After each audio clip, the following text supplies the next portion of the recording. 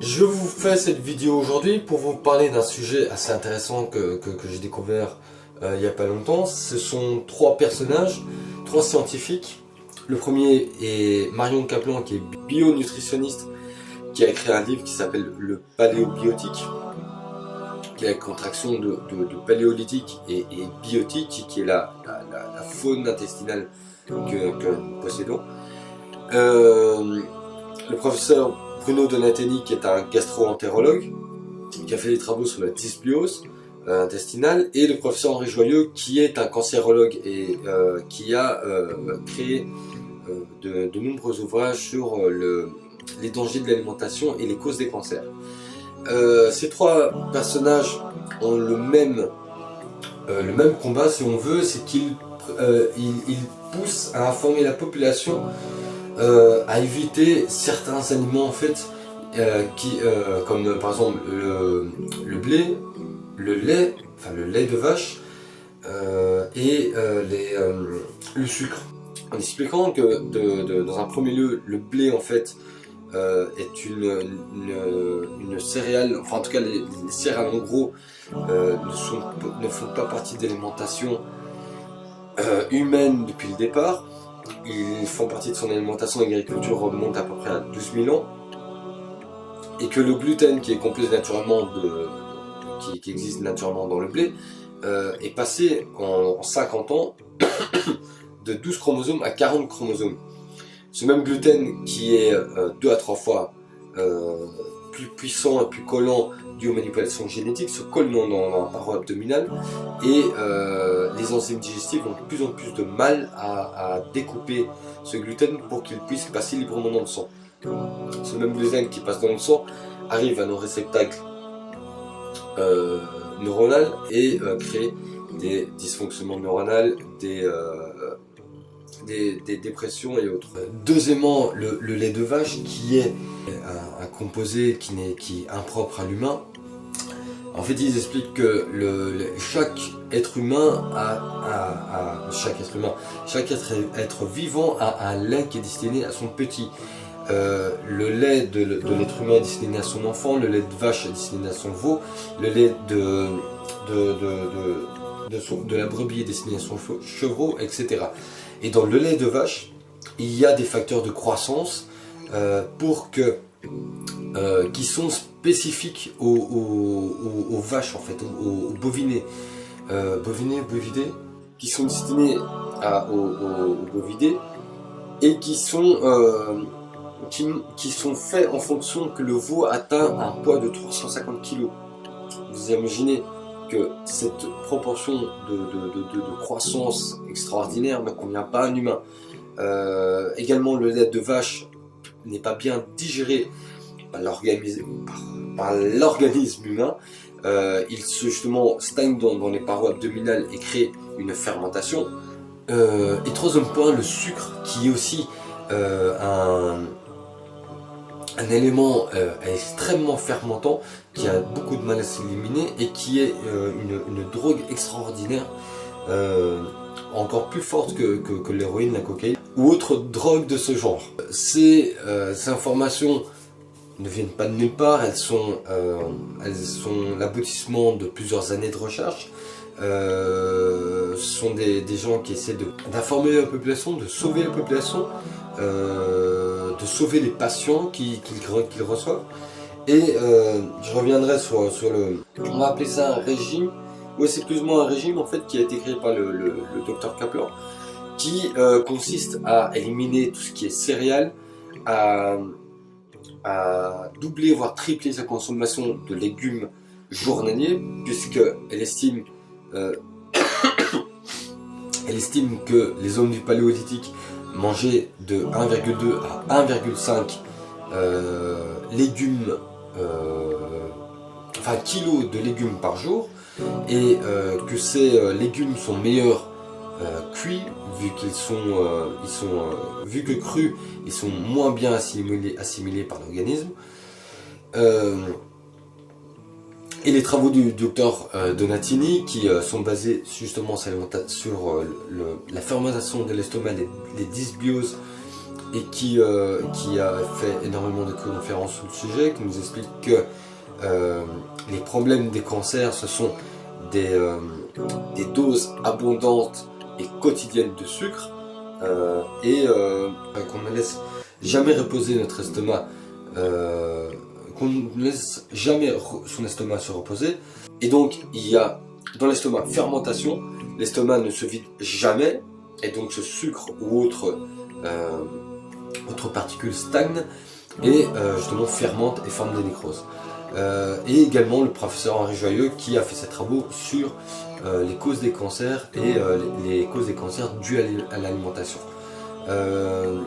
Justement, ces trois-là essaient de dénoncer un petit peu l'industrie agroalimentaire par justement le fait que l'industrie agroalimentaire utilise énormément de produits néfastes pour des raisons de coût et des raisons justement d'abondance, vu que le but de l'industrie agroalimentaire c'est de produire abondamment à moindre coût. Et ils ont justement trouvé une solution pour éliminer ces mauvaises bactéries intestinales, puisqu'ils estiment que pour retrouver un état de santé normal, il faut pouvoir nettoyer ses intestins pour reprendre une alimentation normale, tout en sachant que ces maladies cœliaques, ce qu'on appelle cœliaques, ce sont les maladies du ventre, ce sont des maladies qui amènent à des dépressions, des mal-être, des maladies tout autres. La plupart des maladies que nous avons sont liées à notre estomac. Il ne faut pas oublier que notre estomac est notre deuxième cerveau et que tout passe par là. Et ils ont justement découvert les bienfaits d'un champignon, je me souviens plus du nom, mais un champignon qui pousse sur des écorces de bouleau et qui sont une véritable panacée pour l'estomac, en fait, qui nettoie l'estomac en profondeur et retrouve une flore correcte. Donc voilà, moi personnellement je continue à suivre les travaux de ces gens-là. J'ai commencé ce fameux régime donc sans céréales, sans produits laitiers et sans sucre. J'ai commencé, mais c'est pas évident du tout. Les céréales, il n'y a pas de souci. J'ai même commencé à acheter du pain sans gluten. Mais bon, je devrais savoir finalement m'en passer. Produits laitiers également, ça fait pas vraiment partie de mon alimentation quotidienne. Mais le sucre, par contre, ça c'est un réel problème en fait. Vu que j'adore tout ce qui est un petit peu friandise, j'essaie de les éliminer, mais c'est pas évident. Mon alimentation actuellement se base sur justement, j'ai essayé de doubler mon alimentation, mon apport de légumes. J'ai délaissé la plupart des produits un peu nocifs. J'ai arrêté de manger du pain fatalement. Quoi d'autre? Tout ce qui est, ben oui, enfin tout ce qui est, on y revient de nouveau, hein. Tout ce qui est céréales, j'ai diminué mon apport de viande. Mais ce n'est pas constant en fait, vu que je ne suis pas seul à me faire à manger, des fois je suis un peu obligé de manger ce qu'il y a. Mais je dois avouer que depuis que j'essaie de faire ce régime, quand je remange des produits contenant du gluten ou du sucre, je le sens au niveau de mon estomac, je sens que il y a un dérangement qui se crée en fait. Mais par contre, deuxième bienfait que j'ai découvert, c'est que je suis plus éveillé. En fait, en combinant un petit peu tous ces changements, plus le fait que, comme je l'avais dit, je me lave à l'eau et que je n'utilise plus de produits chimiques sur ma peau, je me sens un peu plus frais, un peu plus réveillé, un peu plus en forme en fait. Donc je vais continuer comme ça. J'espère que je pourrai dans le futur faire une sorte de sans faute. Je vais dire une sorte parce que je pense pas que je serai à faire un sans faute, mais bon, parce que le problème c'est que trouver des aliments sans gluten, trouver des aliments bio pas chers, c'est pas totalement évident. Mais bon, je vais voir un petit peu comment je vais faire. Et de toute façon, pardon. Et de toute façon, je vous donne les news dès que je peux.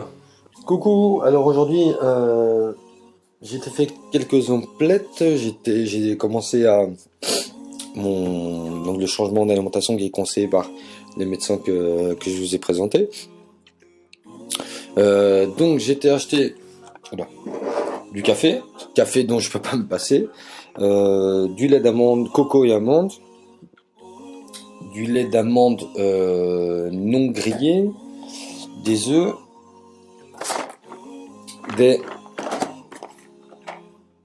noix, donc avec noisettes, noix de cajou, noix normales et je crois que c'est des noix de macadamia, je sais plus. Bref, et j'ai acheté ça aussi. C'est un truc italien, c'est un mélange pour pain sans gluten. Donc j'ai commencé à faire mon petit pain avec ma petite recette que voici. Donc ici je prends un pain de 700 grammes et il y a toutes les étapes en fait. Et ça donne, dans ma petite machine à pain, ça donne ça. Attends, j'essaie d'ouvrir. Ça donne un mélange comme ça.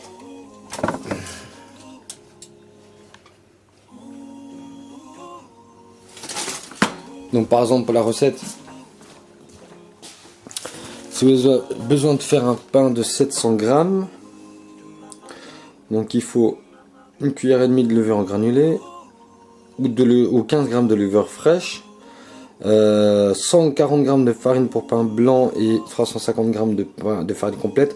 Moi ce que je fais c'est que je prends la farine bio et je mets le tout ici, donc ça fait plus ou moins 500 grammes et je mets parce que le truc tu dois d'abord mettre la moitié de la farine dans le récipient, mettre les autres ingrédients et puis le reste de la farine.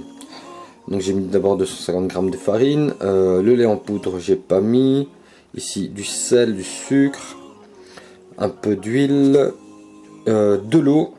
Et alors il conseille aussi de mettre, si par exemple 280, ben allez moi j'arrondis à 300, ça fait 150 d'eau et 150 de lait, sauf que j'ai rajouté, non on va plutôt faire 200 d'eau et 100 de lait. Et moi j'ai rajouté donc le 100 de lait, j'ai mis du lait d'amande. Et après, vous remettez les 200 grammes de farine supplémentaire. On va faire tourner. Voilà. Prendre le menu déjà. Où le mettre, c'est le 3. Je le laisse en médium. La couleur. Et c'est parti. Tu vois le pain qui se fait? J'espère qu'il sera bon.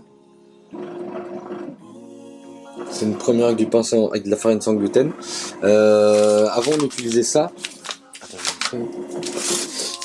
c'est de la farine pour pain complet. Mais comme j'ai commencé mon régime, attends, il donne les ingrédients ici ou pas?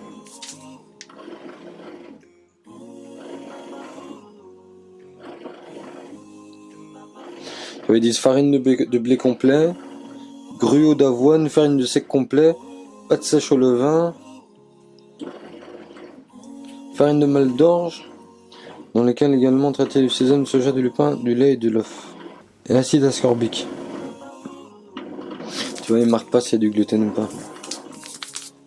Attends, est-ce que je... Non, ça c'est les valeurs nutritives. Non. Attends. Avec levure, préparation pour pain, idéal pour machine à pain, ouais. Mais ils disent pas si il y a du gluten ou pas. Donc maintenant je passe un petit peu mon temps à lire les étiquettes derrière les produits pour voir s'il y a du gluten ou pas. Donc maintenant petit déjeuner jusqu'à présent ça va être, je le sais malheureusement, café, mono citronné le matin. Mon eau citronnée du matin, les noix, le lait d'amande, les œufs, le pain sans gluten et des fruits. Et pour mes enfants, ça va être la même chose en fait. Ça va être des fruits, du lait d'amande aussi. Et ils aiment bien les noix. Ma fille aime bien les noix, donc je vais tester les noix. Et voilà. Donc on part sur des bonnes bases. Moi je suis... on se voit. Allez, on se capte.